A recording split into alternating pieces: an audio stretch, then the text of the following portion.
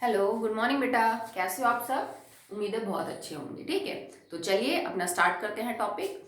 आज का आपका टॉपिक रहेगा हाउ डू एटम्स एग्जिस्ट। हम chapter third atoms and molecule के अंदर आज ये टॉपिक डिस्कस करेंगे।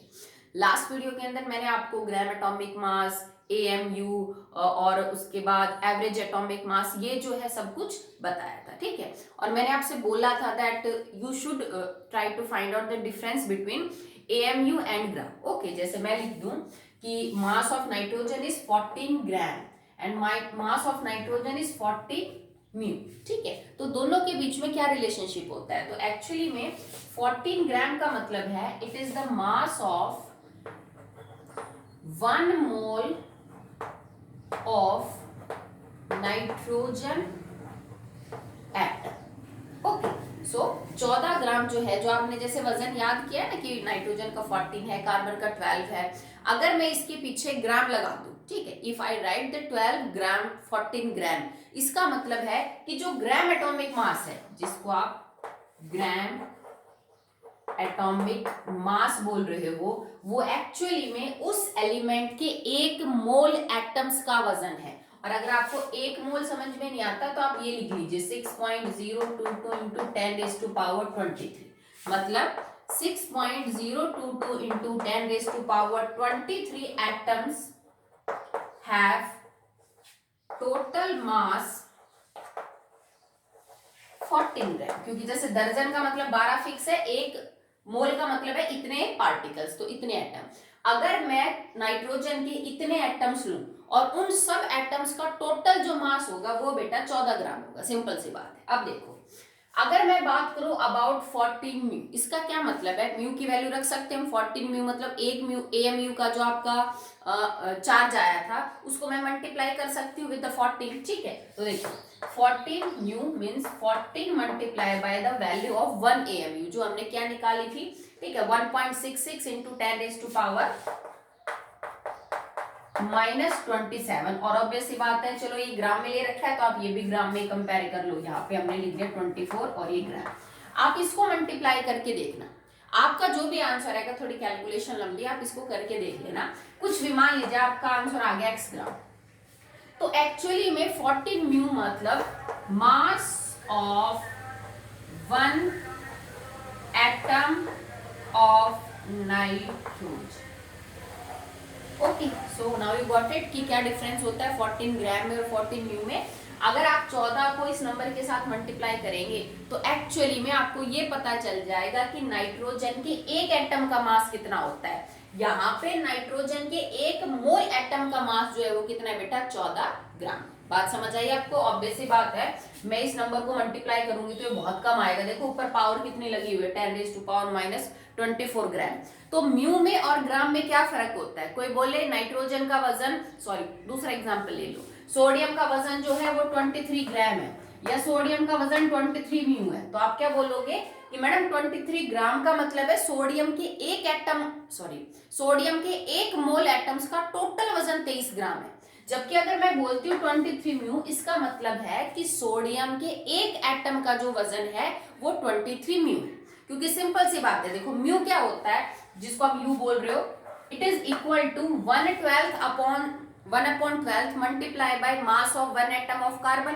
ठीक है भाई, कार्बन के 1 एटम का वजन जो है उसका अगर तुम 1/12 कर दो तो वो तुम्हारा 1 AMU है। ठीक है, और सोडियम का मास 23 होने का मतलब क्या है कि सोडियम का 1 एटम उस 1 AMU से 23 टाइम्स क्या है? हैवियर है। So this is the mass of 1 atom of sodium, this is the mass of this number atom of sodium, जिसको एक्चुअली में हम क्या बोलते हैं? 1 मोल। तो ये बेसिक सा डिफरेंस है। आप 23 ग्राम को 23 यू के बराबर नहीं लिख सकते हैं। ठीक है, उन दोनों में फर्क होता है, पर हाँ आप ये दोनों ही यूनिट यूज कर सकते हैं। अगर मैंने ग्राम यूज की तो मतलब मैं मोल के बारे में बात कर रही हूँ। अगर मैं जो AMU यूनिट यूज करती हूँ तो उसका मतलब हम एक एटम के मास के बारे में बात कर। ओके, चलिए अपना टॉपिक स्टार्ट करते हैं। How do atom exist? तो देखो बेटा, डाल्टन ने बोला था कि एटम जो है ना वो स्मॉलेस्ट पार्टिकल है जो किसी रिएक्शन में पार्टिसिपेट करता है। ठीक है, बिल्कुल सही कहा था उसने। आगे जाके तो हमने इलेक्ट्रॉन, प्रोटॉन और न्यूट्रॉन भी डिस्कवर किए, पर एलिमेंट जब आपस में रिएक्ट करते हैं तो एटम ही वो छोटा हिस्सा है जो रिएक्शन करता है। पर एटम ना, कुछ एक एलिमेंट्स के एटम ऐसे होते हैं जो अकेले इंडिपेंडेंटली घूम सकते हैं, कुछ एक एटम्स ऐसे होते हैं जो इंडिपेंडेंटली नहीं घूम सकते। सो आप लिख सकते हो एटम्स में और may not have independent existence। इस बात का क्या मतलब है कि एटम्स की खुद की, अकेले एटम की खुद की, सिंगल एटम लिख लीजिए आप, एक सिंगल एटम के बारे में बात हो रही है। एक सिंगल एटम की खुद की पहचान हो भी सकती है और नहीं भी हो सकती है। ज्यादातर केस में एक सिंगल एटम की पहचान नहीं होती है, पर कुछ एक एलिमेंट्स हैं जिनके सिंगल एटम भी अपनी आइडेंटिटी रखते हैं, जैसे जिनके सिंगल एटम अपनी खुद की पहचान रखेंगे, helium, neon, argon, krypton, xenon, radon. These all are the noble gases, जिनको आप इनर्ट गैसेस भी बोल सकते हो, और ये बहुत बहुत ही कम रिएक्टिव है, ना के बराबर रिएक्टिव है, तो ये किसी के साथ रिएक्शन नहीं करती। तो इनका जो अकेला एटम है ना, उसकी खुद की पहचान होती है, वो अकेला मिल जाता है, क्योंकि किसी के साथ रिएक्शन वगैरह करता नहीं है, ये सीधी सी बात है, ठीक है।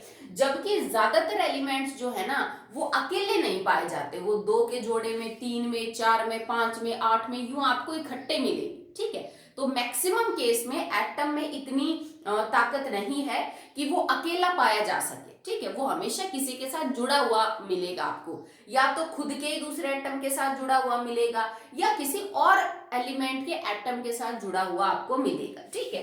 तो एटम के पाए जाने के 2 तरीके हैं, या तो एटम आपको मिलेगा फ्री स्टेट में या मिलेगा कंबाइंड में। फ्री स्टेट से मेरा मतलब है अकेला पाएगा, अकेला सिंगल ही मिल जाएगा, जैसे कि इनके केस में, ठीक है, कि फ्री मिल रहे हैं, किसी के साथ कोई भी बॉन्ड वॉन्ड बनाने की जरूरत महसूस नहीं है उनको, वो अकेले अपनी पहचान रखते हैं। ज्यादातर केस में आपको एटम मिलेगा कंबाइंड फॉर्म में। कंबाइंड का मतलब है किसी के साथ जुड़ा हुआ मिलेगा, हो सकता है वो मॉलिक्यूल की फॉर्म में हो, या हो सकता है कि वो आयंस की फॉर्म में हो, ठीक है। तो एटम, मॉलिक्यूल या आयंस दोनों फॉर्म में आपको देखने को मिल सकता है। अब हम यही डिस्कस करेंगे कि कब एटम आयंस की फॉर्म में, कब एटम मॉलिक्यूल्स की फॉर्म में जो है वो आपको मिलेंगे। जैसे ऑक्सीजन है, ऑक्सीजन कभी भी आपको O नहीं मिलेगा, हमेशा O2 मिलेगा, मतलब ऑक्सीजन के 2 एटम आपस में जुड़े हुए मिलेंगे। अकेले एटम की कोई इंपॉर्टेंस नहीं, अकेले एटम की कोई आइडेंटिटी नहीं है, ठीक है। जैसे कि बात करें अबाउट नाइट्रोजन, तो नाइट्रोजन भी आपको गैस की फॉर्म में मिलेंगे, 2 नाइट्रोजन के एटम आपस में जुड़े हुए मिलेंगे, ठीक है। जैसे मैं सल्फर की बात करूं तो 8 एटम हमेशा सल्फर के आपको जुड़े हुए मिलेंगे, अकेला सल्फर नहीं मिलेगा। तो ये वो एटम है जिनके अंदर इतनी हिम्मत नहीं है कि वो अकेले मिल सके, वो या तो अपने जैसे दूसरे एटम के साथ या किसी और एलिमेंट के साथ जुड़ जाएंगे। जैसे हाइड्रोजन ऑक्सीजन के साथ जुड़ के वाटर बना लेता है, और आपको पता है ना अर्थ के अंदर कितना ज्यादा, अर्थ क्या, यूनिवर्स में देखिए तो आप कितना ज्यादा पानी है, ठीक है, अर्थ पे ही बहुत ज्यादा है, तो इतना ज्यादा पानी है, उसके अंदर हाइड्रोजन और ऑक्सीजन है, ठीक है। तो पानी भी तो नेचुरली पाया जाता है ना जिसमें हाइड्रोजन ऑक्सीजन है, तो यहाँ ऑक्सीजन ने हाइड्रोजन के साथ बॉन्ड बना लिया, हाइड्रोजन ने ऑक्सीजन के साथ बॉन्ड बना लिया, पर ना हाइड्रोजन में ना ऑक्सीजन में ये प्रॉपर्टी थी कि हाइड्रोजन का एटम H अकेला घूमता और ऑक्सीजन का O अकेला घूमता, जैसे कि ये घूमते हैं, इनके अंदर ये प्रॉपर्टीज नहीं होती, ठीक है। तो हो सकता है कोई मॉलिक्यूल, ये भी मॉलिक्यूल, ये भी मॉलिक्यूल, ये भी मॉलिक्यूल, ये भी मॉलिक्यूल, ठीक है। कुछ एक केस में ये होता है कि आयंस बना लेते हैं। आयंस क्या होती हैं? आयंस जिनके ऊपर चार्ज हो, ऐसे एलिमेंट्स, ऐसे एटम जिनके ऊपर चार्ज हो, जैसे पॉजिटिव चार्ज, नेगेटिव चार्ज, उनको हम आयंस बोलते हैं, ठीक है। जिस एटम के ऊपर पॉजिटिव चार्ज होगा उसको कैटायन बोलेंगे बेटा, और जिस एटम पे नेगेटिव चार्ज होगा उसको हम एनायन बोलेंगे, ठीक है। जैसे तुम बात करो नमक की, सोडियम क्लोराइड, तो ये नेचर में ऐसे पाया जाता है, समुद्र के पानी में बड़ी बड़ी चट्टानें होती है नमक की, तो सोडियम और की बात अगर मैं करूं तो सोडियम ऐसे ही पाया जाता है, ठीक है। तो यहाँ पे ये Na पॉजिटिव है और ये Cl नेगेटिव है, तो मतलब सोडियम कैटायन की फॉर्म में पाया जा रहा है, क्लोरीन एनायन की फॉर्म में पाया जा रहा है, ठीक है। ये भी इकट्ठे ही पाए जाएंगे। सोडियम क्लोराइड एक तरह का कंपाउंड है, जिसमें सोडियम के ऊपर पॉजिटिव चार्ज और क्लोरीन के ऊपर चार्ज कैसा है, नेगेटिव। ठीक है, तो हर एलिमेंट का पाए जाने का तरीका होता है। ठीक है, ज्यादातर या तो वो मॉलिक्यूल्स की, कंपाउंड्स की या कैटाइन एनाइन की फॉर्म में देखने को मिलेंगे। बहुत कम ऐसे एलिमेंट्स हैं जिनका अकेला एटम जो है वो आपस में इतनी उसके अंदर कैपेबिलिटी है कि वो सिंगल ही एग्जिस्ट जो है वो कर जाता है। ज्यादातर एलिमेंट्स के जो एटम है वो बेटा किसी ना किसी के साथ जुड़े हुए आपको मिलेंगे, और ये इतने ज्यादा छोटे होते हैं कि यू कांट सी देम, आप इनको बिल्कुल भी देख नहीं सकते हो, महसूस नहीं कर सकते हो। जब ये एटम जुड़ते चले जाते हैं तो एक बड़ा पार्टिकल बनता है, और उस बड़े पार्टिकल से मैटर बनता है। जैसे मान लो मेरे पास ये चौक है, मैं इसका खूब बारीक से बारीक टुकड़ा कर दूं, उसमें भी करोड़ों मॉलिक्यूल्स होंगे कैल्शियम कार्बोनेट के, जिससे ये चौक बना है। तो यू कांट सी दैम। जब वो एटम्स मॉलिक्यूल्स आपस में जुड़ते चले जाते हैं तो एक बड़ी सा स्ट्रक्चर बनता है जिसको आप मैटर बोलते हो। फिर उस मैटर को आप फील कर सकते हो, टच कर सकते हो, ठीक है, देख सकते हो। एक सिंगल एटम को, मॉलिक्यूल को देखना, टच करना, फील करना ये पॉसिबल नहीं है। क्यों नहीं है? क्योंकि इनका साइज बहुत ही छोटा है। ये हम लास्ट 2 वीडियोस पहले कर चुके हैं कि कितने छोटे साइज के जो है वो एटम हो सकते हैं। ठीक है, तो चलिए अब बात करते हैं कि या तो कंबाइंड स्टेट में वो मॉलिक्यूल्स में मिलेगा या आइंस में। तो मॉलिक्यूल्स क्या होते हैं, यहां से अपना टॉपिक स्टार्ट करते हैं। ठीक, चलिए बेटा, next topic is what is a molecule. Molecule क्या होता है? तो मॉलिक्यूल बेटा 2 या 2 से ज्यादा, एटलीस्ट तो 2 होंगे ही होंगे। ठीक है, it is a group of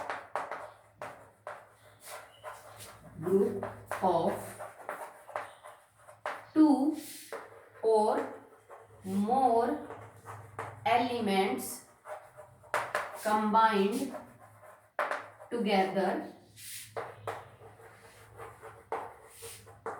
by a covalent bond.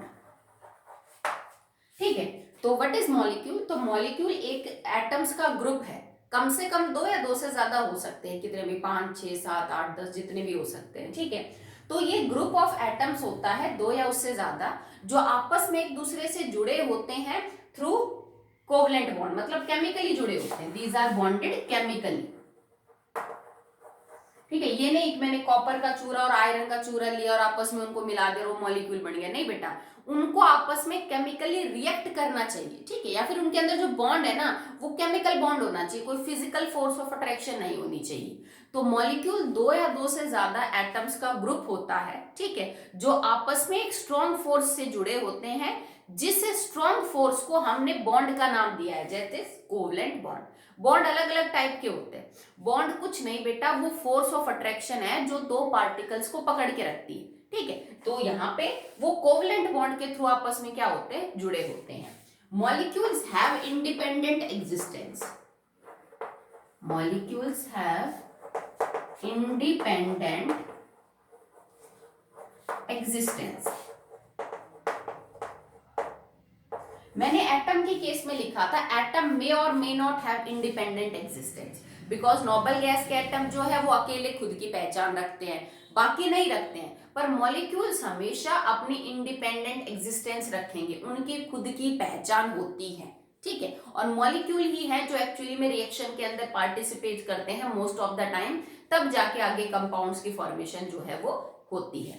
ये जो मैंने लिखा है ग्रुप ऑफ 2 और मोर एलिमेंट्स, ये एलिमेंट सेम भी हो सकते हैं और अलग अलग भी हो सकते हैं। ठीक है, कोई जरूरी नहीं है कि 2 या 2 से ज्यादा जिन एलिमेंट्स के आप आपस में रिएक्शन करवाओ वो एलिमेंट सेम हो, एक ही एटम के हो, जैसे सारे हाइड्रोजन हो, सारे ऑक्सीजन, नाइट्रोजन, नहीं, कोई जरूरी नहीं है।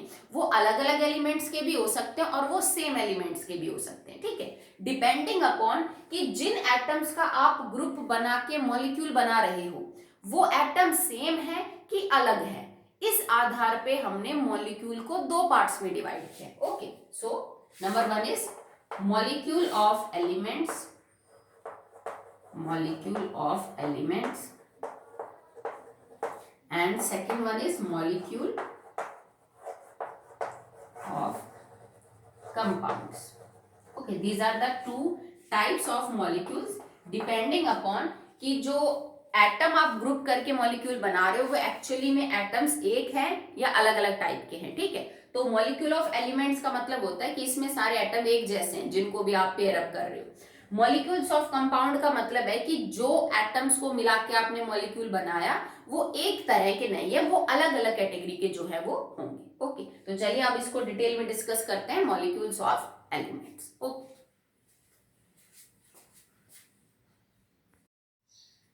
now molecule of elements consists of same type of elements।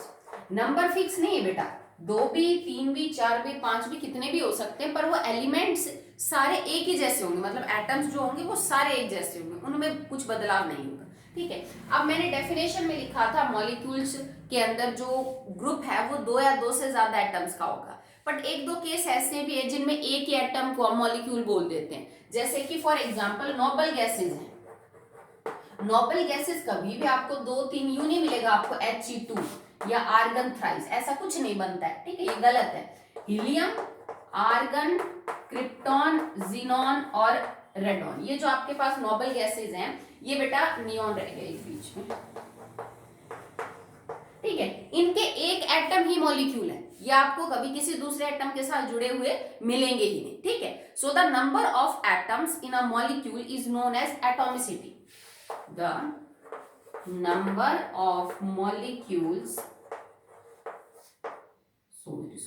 the number of atoms in a molecule is known as atomicity। Okay, same or different type doesn't matter, किसी भी molecule में जितने total number of atoms होते हैं वो उस molecule की atomicity कहलाई जाती है, ठीक है। जैसे मैं लिखूं भाई कार्बन डाइऑक्साइड का मॉलिक्यूल है, तो तुम कहोगे मैडम इसके एटॉमिसिटी 3 है, क्यों? क्योंकि 2 एटम ऑक्सीजन के और 1 कार्बन का, टोटल 3 एटम है। अगर मैं कहूं H2O, इसकी एटॉमिसिटी कितनी है, तो तुम कहोगे मैडम 2 हाइड्रोजन के 1 ऑक्सीजन का 3 है। मैं कहूं कार्बन मोनोऑक्साइड गैस की एटॉमिसिटी कितनी है, तो तुम कहोगे madam 1 carbon 1 oxygen 2। Hydrogen gas की एटॉमिसिटी कितनी है, दिख रहा है 2, ठीक है। तो एटॉमिसिटी किसी भी मॉलिक्यूल के अंदर जो है वो नंबर ऑफ एटम्स होते हैं टोटल, जितने भी गिन लो, सेम टाइप को डिफरेंट, जैसे ये सेम टाइप के थे, ये डिफरेंट और ये डिफरेंट, ठीक है। तो इस आधार पे कि कितने एटम्स हैं एक मॉलिक्यूल में, आपका जो मॉलिक्यूल है ना उसको मैं फर्दर डिवाइड कर सकती हूँ, मतलब molecules of element can be further divided into various type depending upon atomicity. अब एक चीज तो फिक्स हो गई कि भाई मॉलिक्यूल्स ऑफ एलिमेंट में जो ग्रुप बनेगा एटम का वो सेम एटम होंगे, ठीक है। पर उस मॉलिक्यूल में एटम है कितने, भाई 1 एटम है, 2 एटम का ग्रुप है, 3 एटम का है कि 4 एटम का है कि 5 एटम का है, उस आधार पे मॉलिक्यूल्स ऑफ एलिमेंट अलग अलग हो सकते हैं। तो वो हमने एटॉमिसिटी बोल दी कि भाई एक मॉलिक्यूल में कितने एटम है। तो depending upon atomicity molecules of element can be monoatomic, can be diatomic, can be triatomic, can be tetraatomic and can be polyatomic, ठीक है। मोनो का मतलब केमिस्ट्री में 1 होता है, डाई या फिर बाई का मतलब केमिस्ट्री में 2 होता है, ट्राई का मतलब 3 होता है, टेट्रा का मतलब 4 होता है और पॉली का मतलब है मैनी। इसमें नंबर फिक्स नहीं होता, पॉली का मतलब होता है मैनी, ठीक है। जैसे तुमने पढ़ा होगा पॉलीगन, ठीक है, मैनी उसमें आता है। टेट्रा भी तुमने पढ़ा होगा कहीं ना कहीं। ट्राई जैसे ट्राई साइकिल, 3 पहियों वाली जो साइकिल होती है उसको हम ट्राई साइकिल बोलते हैं, ठीक है। तो इसी तरह ओके।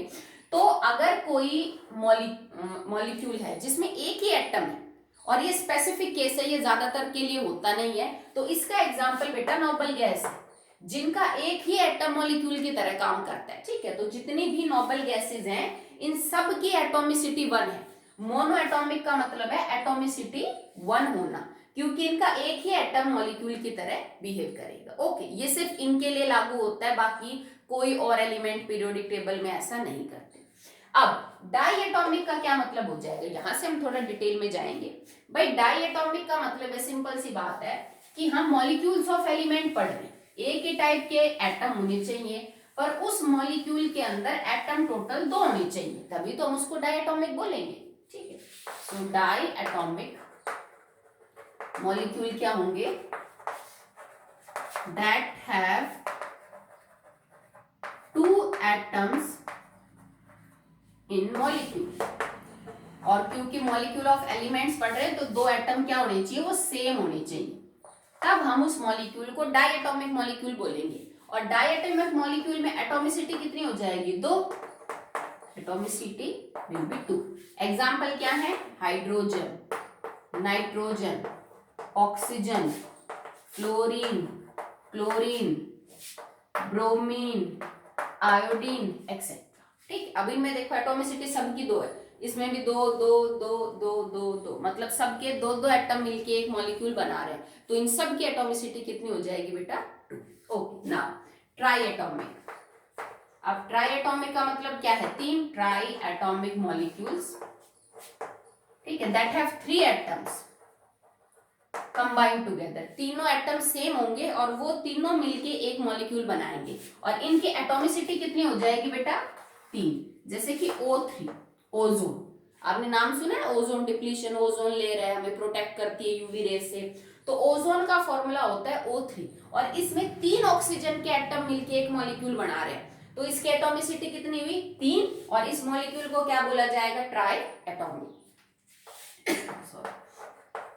Tetra atomic. अब टेट्रा एटॉमिक मॉलिक्यूल का मतलब है 4 एटम्स, ठीक है, और इसकी एटॉमिसिटी हो जाएगी 4, चारों एटम सेम होने चाहिए। ओके, जैसे फॉस्फोरस P4, ठीक है, फॉस्फोरस का जो मॉलिक्यूल है उसमें 4 फॉस्फोरस के एटम कोवलेंट बॉन्ड से जुड़े हुए होते हैं।